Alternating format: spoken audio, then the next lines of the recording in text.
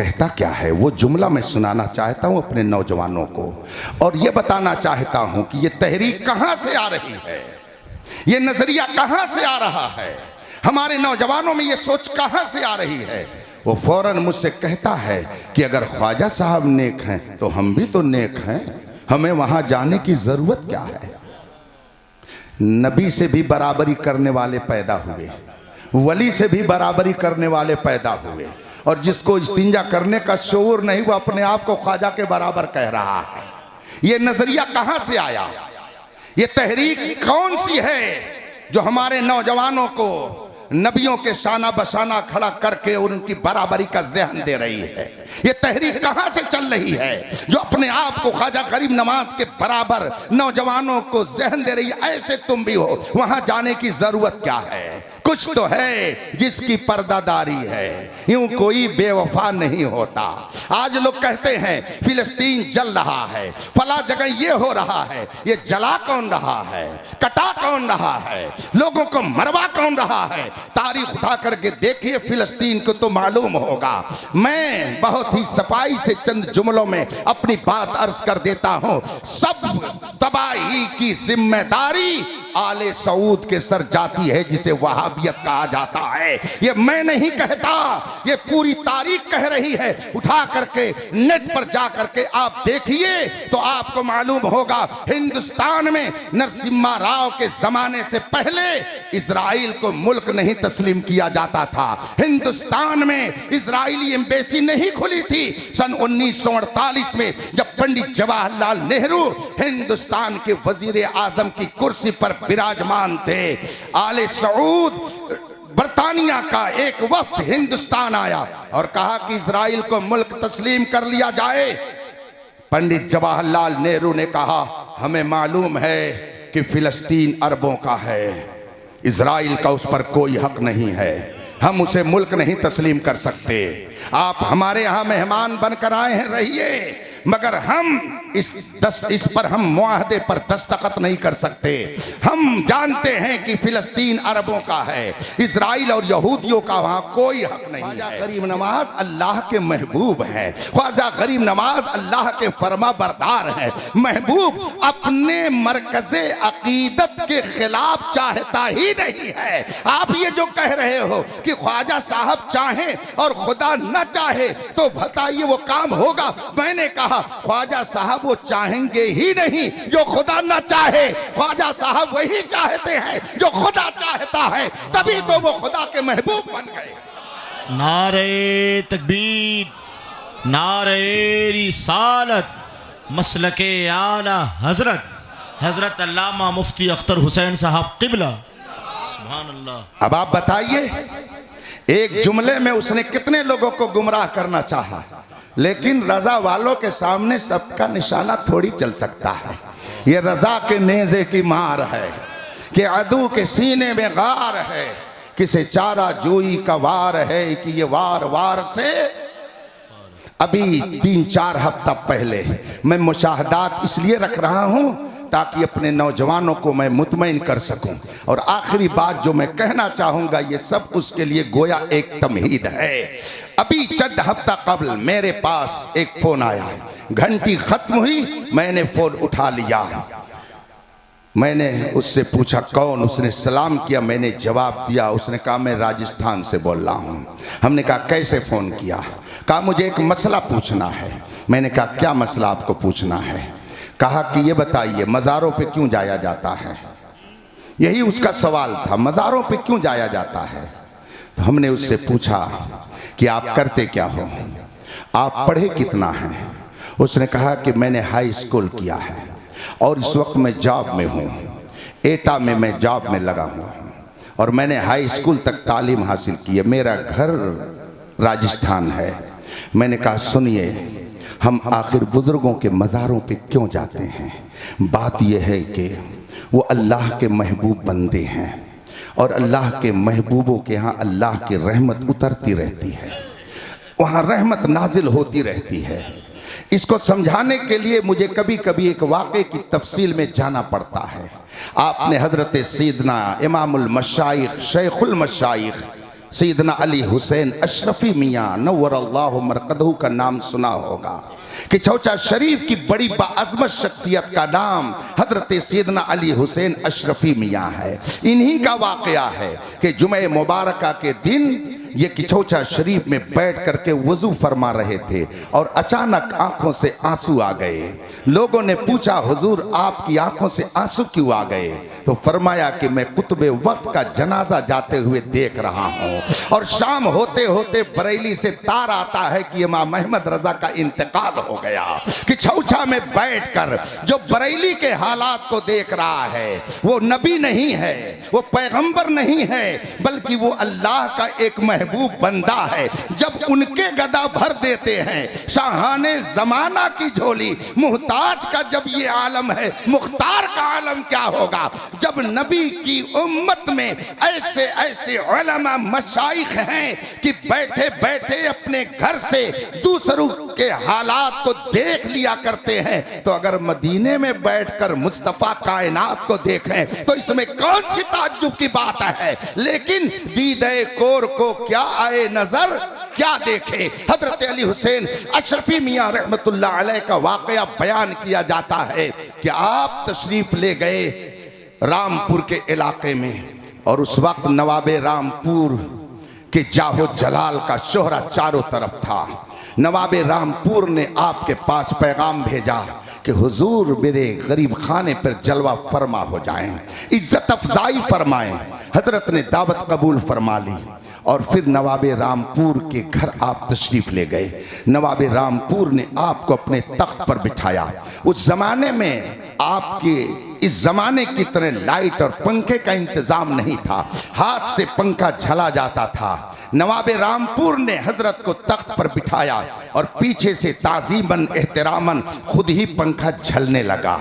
मजमा सामने मौजूद था। इतने में किसी ने कहा कि हजरत तशरीफ फरमा है, अगर किसी को कुछ पूछना है तो पूछ ले। इत्तेफाक से एक आदमी पीछे से खड़ा हुआ। उसने कहा मुझे एक सवाल करना है। हजरत ने फरमाया क्या सवाल है? उसने कहा हुजूर मैं ये जानना चाहता हूँ कि अगर बंदा कोई दुआ करता है तो उसकी दुआ कौन कबूल करता है? हुजूर अशरफी मियाँ रहमतुल्लाह अलैह ने फरमाया कि ये भी कोई पूछने की बात है। हर मुसलमान ये जानता है कि बंदे की दुआ खुदा कबूल करता है, खुदा दुआ कबूल करता है, और कौन कबूल करता है? उसने कहा ठीक है हुजूर, अब दूसरा सवाल ये है कि उसको कहाँ से पुकारा जाए कि वो हमारी दुआ को कबूल कर ले, उससे कहाँ से बुलाया जाए, उससे कहाँ बैठकर दुआ की जाए कि वो हमारी दुआ को कबूल कर ले। हजरत ने इरशाद फरमाया उसको जहाँ से तुम पुकारोगे, जहां से बैठ के दुआ करोगे, अगर वो चाहेगा तो तुम्हारी दुआ को कबूल कर लेगा। दुआ वही कबूल करता है। आप मैदान कारजार में हो तब भी वो दुआ कबूल करना चाहे तो कर लेगा। आप दोस्तों की महफिल में हो, मस्जिद में हो, मदरसे में हो, जहां दुआ करें, अगर वो चाहेगा तो दुआ कबूल कर लेगा, और अगर न चाहे तो खाने काबा की जंजीर पकड़ करके दिन भर खड़े रहे फिर भी कुछ होने जाने वाला नहीं है। दुआ खुदा कबूल करता है और जहां से चाहे वो बंदा उसे पुकारे, अगर वो चाहेगा तो दुआ कबूल कर लेगा। कहा हुजूर ये भी बात समझ में आ गई, मगर एक तीसरा सवाल और रह गया।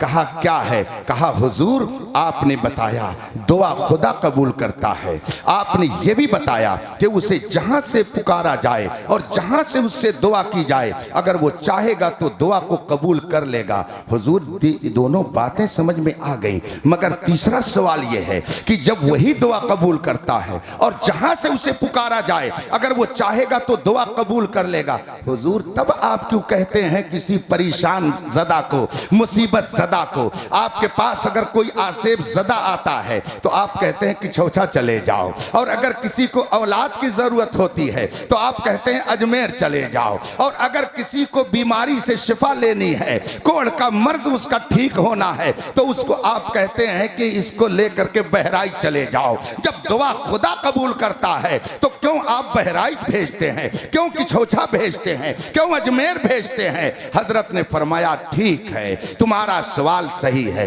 बात तो समझ में आ रही ना आप लोगों के? हम भी आप ही के दरमियान के हैं, न आप इंग्लैंड से हम तुरान से हैं, हम दोनों के दोनों हिंदुस्तान ही से हैं। अगर आप मेरी गुफ्तगू को संजीदगी से थोड़ी देर और समाप्त कर लेंगे तो मैं समझूंगा मेरा आना वसूल हो गया। आपने फरमाया बेशक खुदा दुआ कबूल करता है और जहां से पुकारा जाए वो अगर चाहेगा तो दुआ कबूल कर लेगा। अब आपने उससे फरमाया आओ करीब आ जाओ। इकबाल साहब आ रहे हैं, आइए करीब आ जाइए, आप भी आ जाइए, चलिए करीब आ जाइए ताकि आपको बलियाबी साहब का फैज़ मिल जाए। और अवाम अभी अपना फैज़ जेब से निकाल कर आपके दरमियान रखेगी। आइए तशरीफ़ ले आइए, उधर से आ जाइए, दरूद शरीफ पढ़िए, आप हज़रात अपनी जगह बैठ जाइए। अल्लाहुम्मा सल्लि अला सय्यदना व मौलाना मुहम्मद मादनी जूद वल करम व आलिहिल किराम अजमईन। हज़रत ने फरमाया करीब आ जाओ। अब वहां से उठा, आपके पास कुर्ब में आकर बैठ गया।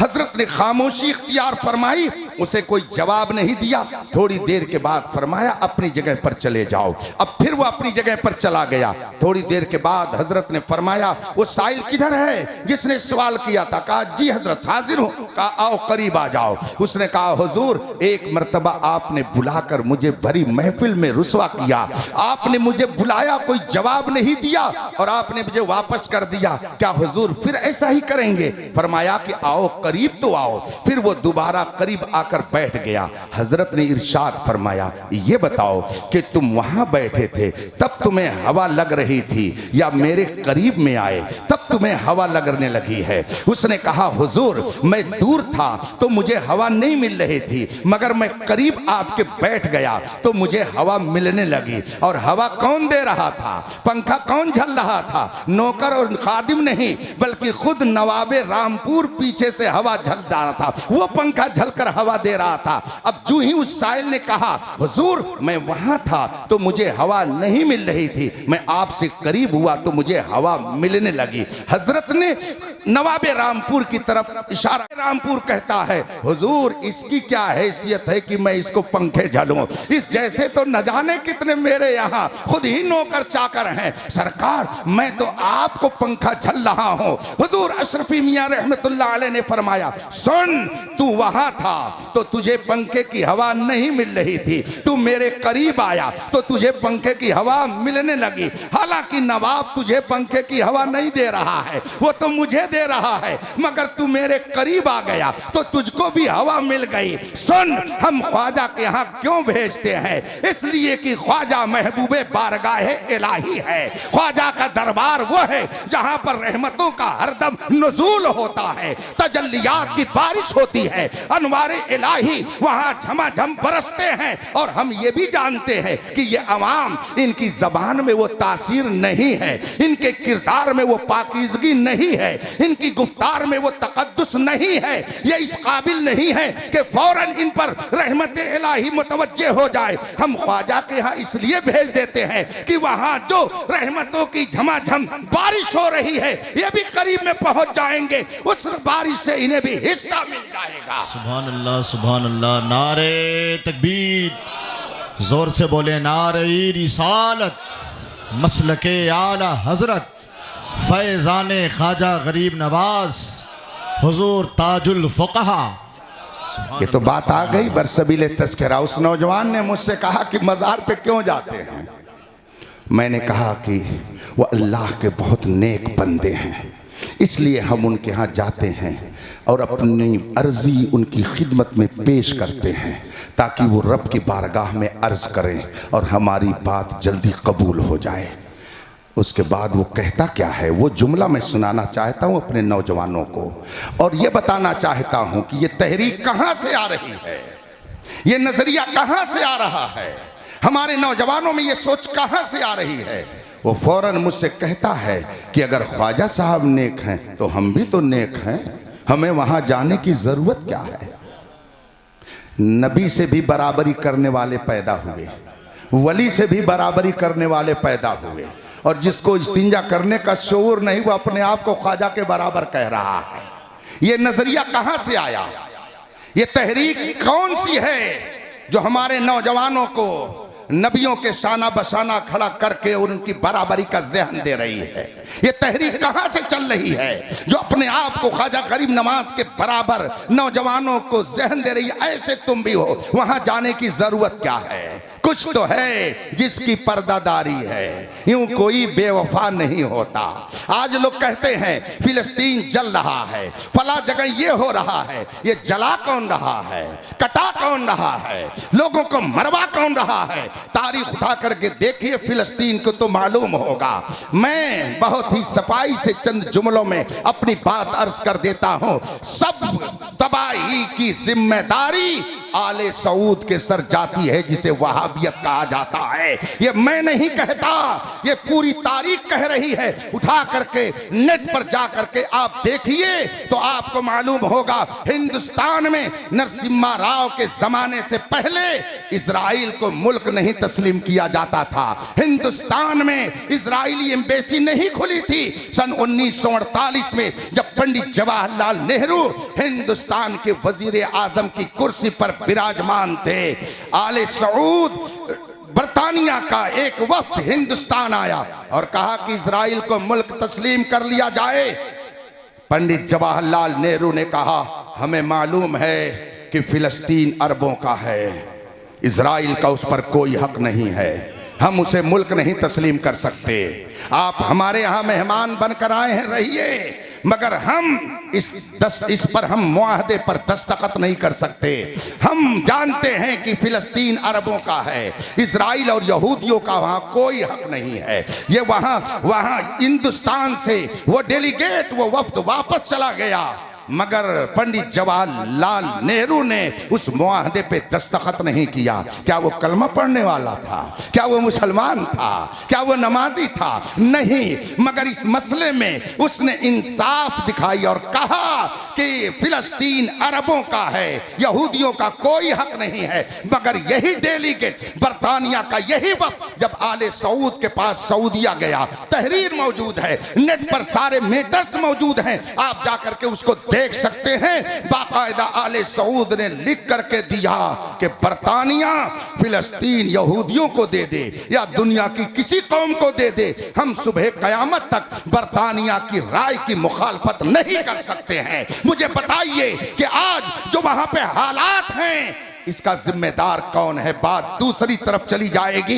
नौजवानों के जहनों को बर्बाद करके इनको वलियों के बराबर रहने का जहन कौन सी तहरीक दे रही है? हम आह भी करते हैं तो हो जाते हैं बदनाम, ये कत्ल भी करते हैं तो चर्चा नहीं होता। मुझसे उस नौजवान ने कहा क्यों जाते हैं? जब मैंने ये जुमला कहा उसने कहा नेक तो हम भी हैं, तो अगर नेक होने की बुनियाद पर वहां जाया जाता है तो हमको जाने की जरूरत क्या है? वो भी नेक है, हम भी नेक है। मैंने मुनाजराना अंदाज में उससे गुफ्तगू शुरू कर दी। हमने कहा आपने इल्मे दीन कितना पढ़ा है? उसने कहा कि मैं इल्मे दीन तो नहीं हासिल किया हूँ, हाई स्कूल तक मैंने पढ़ा है। मैंने कहा आपको मालूम है अल्लाह के रसूल सल्लल्लाहु अलैहि वसल्लम ने इरशाद फरमाया तलबुल इल्म फरीज़ा अला कुल्ल मुस्लिम, हर ईमान वाले पर खा मर्द हो खा औरत हो इल्मे दीन हासिल करना फर्ज है। तो आपने पहला फर्ज छोड़ा।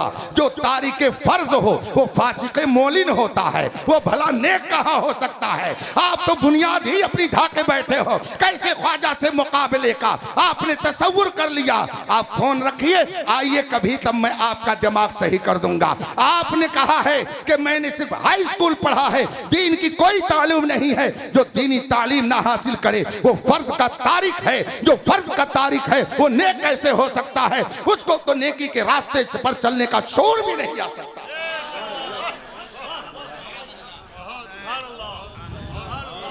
हजरात, बातें बहुत है कहने को, और अगर कही जाएं तो वो शेर बिल्कुल सुनाना पड़ेगा कि दिल के फफोले जल उठे सीने के दाग से, इस घर को आग लग गई घर के चिराग से।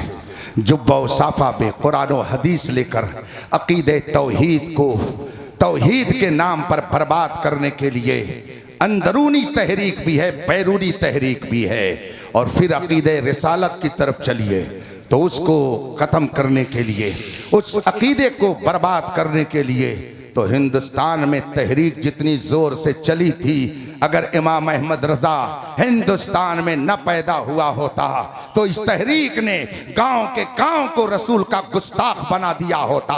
मैंने एक मौके पर चंद उलमा के दरमियान ये बात रखी, क्या वजह है? हिंद के अलावा दूसरे ममालिक में भी बड़े बड़े उलमा थे, बड़े बड़े मशाइख थे, बड़े बड़े पीराने तरीकत थे, बड़े बड़े दानिश्वर थे, मगर वहां पूरा का पूरा मुल्क, पूरी की पूरी आबादी, पूरा का पूरा शहर बदअकीदा हो गया। मगर हिंदुस्तान में ऐसा नहीं हो सका। निकाली सैकड़ों नहरें कि पानी कुछ तो कम होगा, मगर फिर भी मेरे दरिया की तुगयानी नहीं जाती। अहले सुन्नत के नाम पर ख्वाजा के दरबार में देखो तो जम्मे गफीर दिखाई देता है। इमाम अहमद रजा की तुरबत पर जाइए तो लाखों की भीड़ नजर आती है। सैयदना सालार मसूद काजी के यहाँ जाइए, महबूब इलाही के यहाँ जाइए, कुतुबुद्दीन बख्तियार काकी के यहाँ जाइए, हजरत मखदूम पाक के यहाँ जाइए। रोकने वाले रोक रहे हैं मगर रुकने का नाम नहीं लिया जा रहा है, बल्कि वो बबागे दोहल कहते हैं कि तुम लाख रोको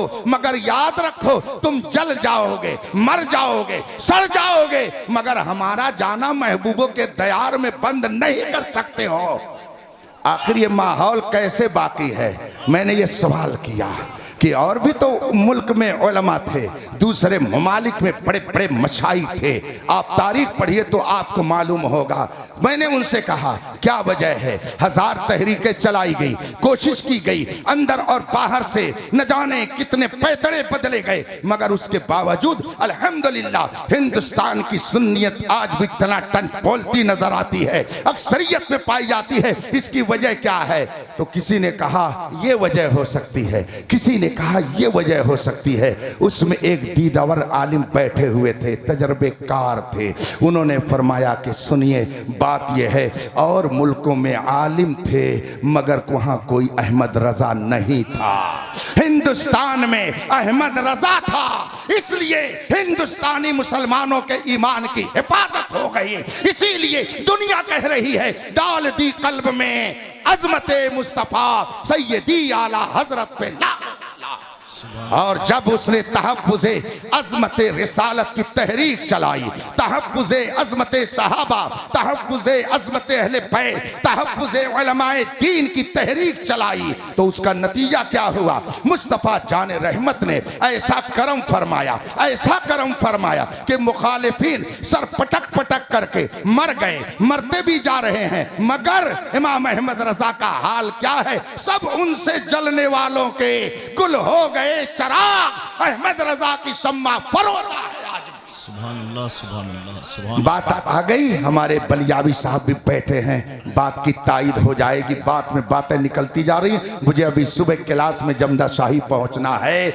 मुझसे आप झारखंड जो एक अजीम इदारा अपने अंदर रखता है जिसे फैजुल उलूम कहा जाता है, जो रईसुल कलम अल्लामा अरशदुल कादरी अलैहि रहमत व रिज़वान की अजीम यादगार है, उसके मनसबे शेखुल हदीस पर फाइज होने वाली शख्सियत हजरत मौलाना मुफ्ती आबिद हुसैन साहब मिसबाही है। उन्होंने मुझसे खुद बयान किया कि बरेली से क्या अकीदत थी अल्लामा अरशदुल कादरी की, उसे जरा सुन लीजिए। मैंने कहा सुनाइए। दास्ताने मोहब्बत है, उसे तो हम बहुत ही शौक से सुनते हैं, बहुत ही शौक से हम दास्ताने इसको वफा को सुनते हैं। कहा एक मौके पर अल्लामा अरशदुल कादरी अलैहि रहमत व रिज़वान ने दावत दी खानवादे रज़विया के चश्मो चराग हजरत अल्लामा सिब्तैन रजा खान साहब अलैहि रहमत व रिज़वान को, और फिर वो जलसे में जलवा फरमा हुए। अल्लामा अरशदुल कादरी रहमतुल्लाह अलैह कहीं बाहर तशरीफ ले गए थे और वहां से आ रहे थे।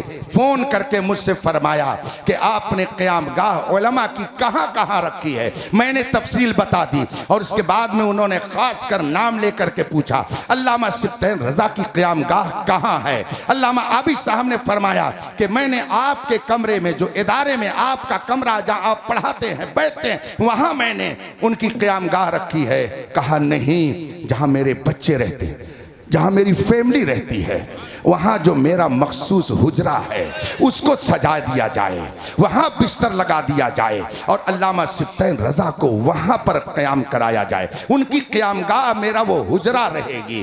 कहा अच्छा, कहा ठीक है, लेकिन हजरत सब इंतज़ाम हो गया है। कहा ठीक है, लेकिन उनकी क़यामगाह तो मेरा वो कमरा होगा जहाँ मेरे बच्चे भी मेरे साथ रहते हैं। और फिर क्या जुमला इरशाद फरमाते हैं, रईसुल कलम फरमाते हैं, मौलाना सुनो, आला हजरत के खानवादे पर रसूल पाक की खुसूसी इनायत है। मैं ये चाहता हूँ कि अल्लामा सिब्तैन रज़ा के जरिया वो रसूल पाक की खुसूसी इनायत बरेली के वास्ते से मेरे घर में भी आ जाए।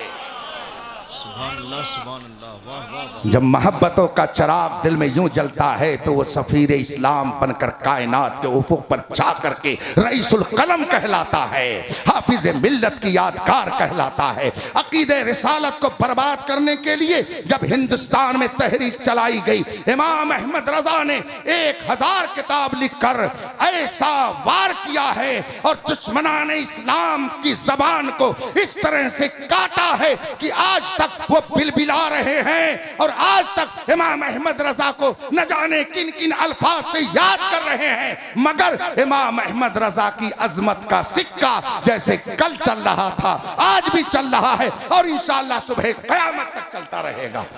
आप कहेंगे कि मौलाना ये कौन सी तहरीक थी? मैं नाम नहीं लूंगा इसलिए कि नाम लेकर के अपनी जबान को मैं खराब नहीं करूंगा। कुछ लोग कहते हैं कि अगर खिंजीर का नाम ले लिया जाए तो जबान 40 दिन तक नापाक रहती है। हालांकि ये मसला सही नहीं है, ये मसला गलत है, लेकिन लोगों में मशहूर है। तो ऐसे ही कुछ लोग होते हैं जिनका नाम लेना मैं अपने तय बहुत ही गलत समझता हूँ। मगर एक तहरीक थी उस जमाने में जो रसूल पाक के एक एक वज्ह का इनकार करने के लिए गांव गांव घूम रही थी। रसूल पाक ने फरमाया कि हर नबी अपनी कब्र में जिंदा है, मगर लोगों के जहन में एक तहरीक ये बात बैठा रही थी कि नबी तो मरकर मिट्टी में मिल गए, अब वो तुम्हारी क्या मदद कर सकते हैं। जो ही बरेली के इमाम अहमद रजा ने इन गुस्ताखाना जुमलों को सुना, वहीं से ललकार करके कहा तू जिंदा है वल्लाह, तू जिंदा है वल्लाह, मेरी चश्मे आलम से छिप जाने वाले। जब उस तहरीक के एक फर्द ने लिखा था कि नबी कुछ नहीं दे सकते हैं, तो बरेली के इमाम अहमद रजा ने ललकार कर फरमाया था कौन देता है? देने को मुंह चाहिए, देने वाला है सच्चा।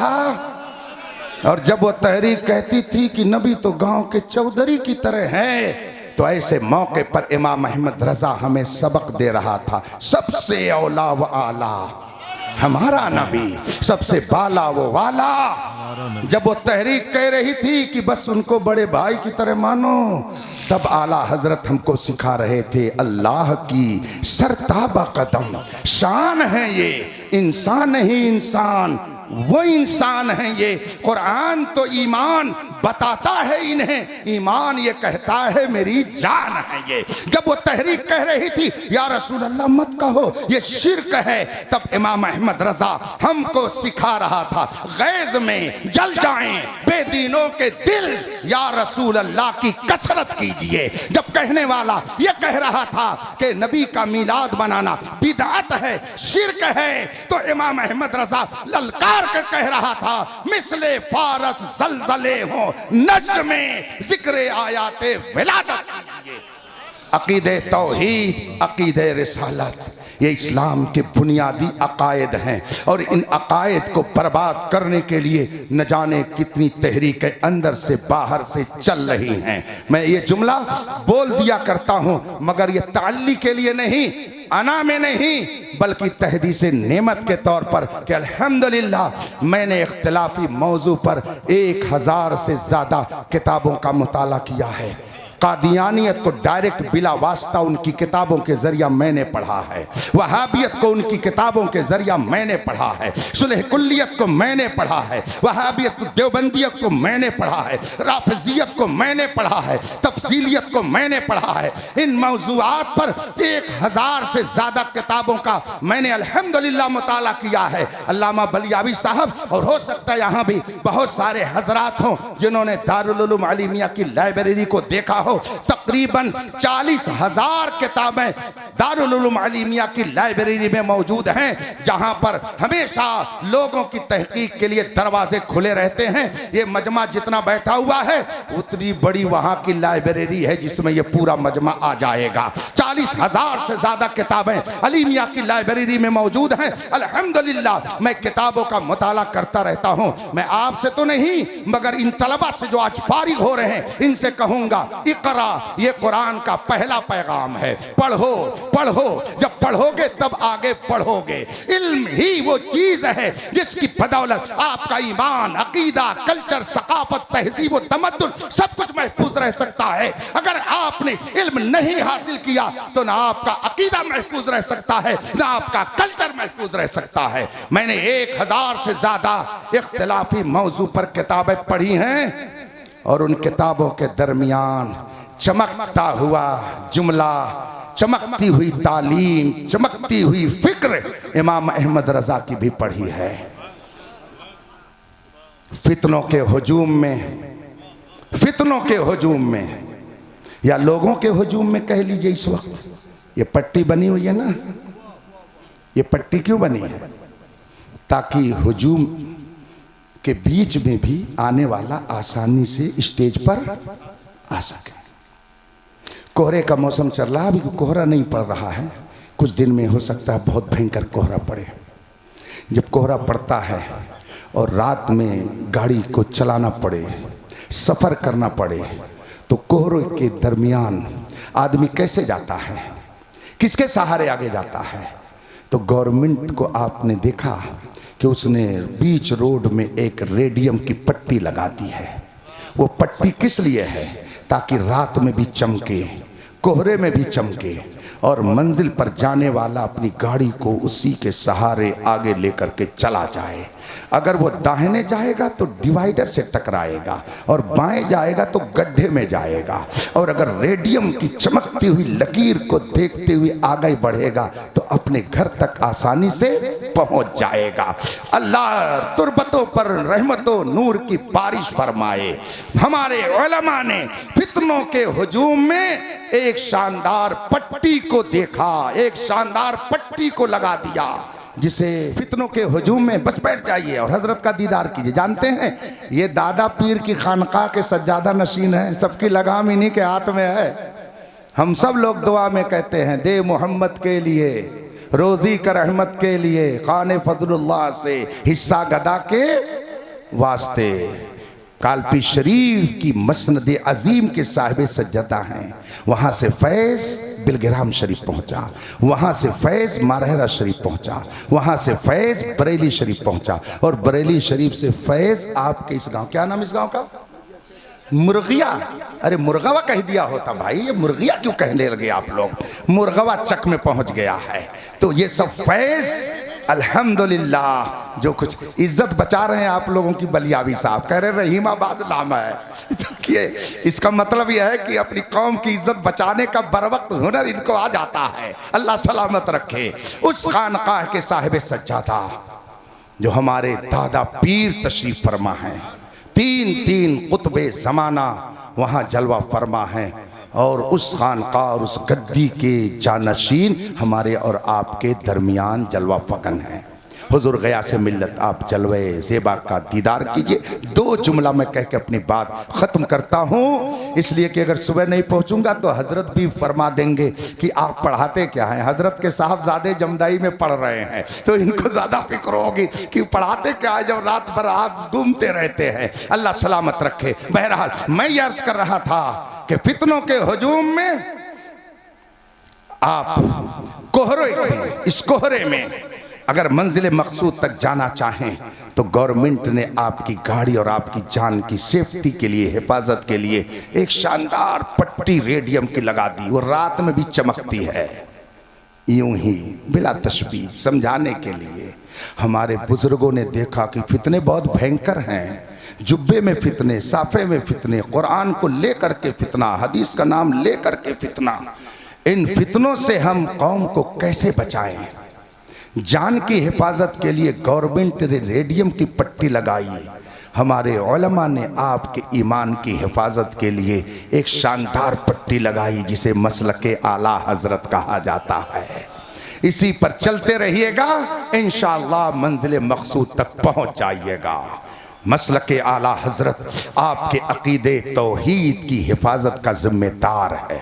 मसलके आला हजरत अकीदे रिसालत का तहफ़्फ़ुज़ फराहम करता है। मसलके आला हजरत आपको अज़मत सहाबा सिखाता है। मसलके आला हजरत आपको अज़मत अहले बैत सिखाता है। मसलके आला हजरत आपको एहतराम उलमा व मशाइख समझाता है। मसलके आला हजरत आपको तअल्लुक़ बिल्लाह का दर्स देता है। मसलके आला हजरत आपको यह सिखाता है कि जब सारे दोस्त छोड़ दे साथ, तो जो दोस्त जो महबूब हर मंजिल पर काम आए, सच्चा महबूब यही वही है। लिहाजा उसी को अपने दिल में बसाओ और ये कहो उन्हें जाना, उन्हें माना, न रखा गैर से काम। लिल्लाहिल हम्द। मैं दुनिया से मन युतिइल्लाह व रसूला फ़क़द फ़ाज़ फ़ौज़न अज़ीमा। जिसने खुदा और रसूल की सच्ची फरमा बरदारी की, वो एक क्लास का कामयाब इंसान बन जाएगा। वाखिर दावाना अनिल हम्दुलिल्लाहि रब्बिल आलमीन। अस्सलामु अलैकुम।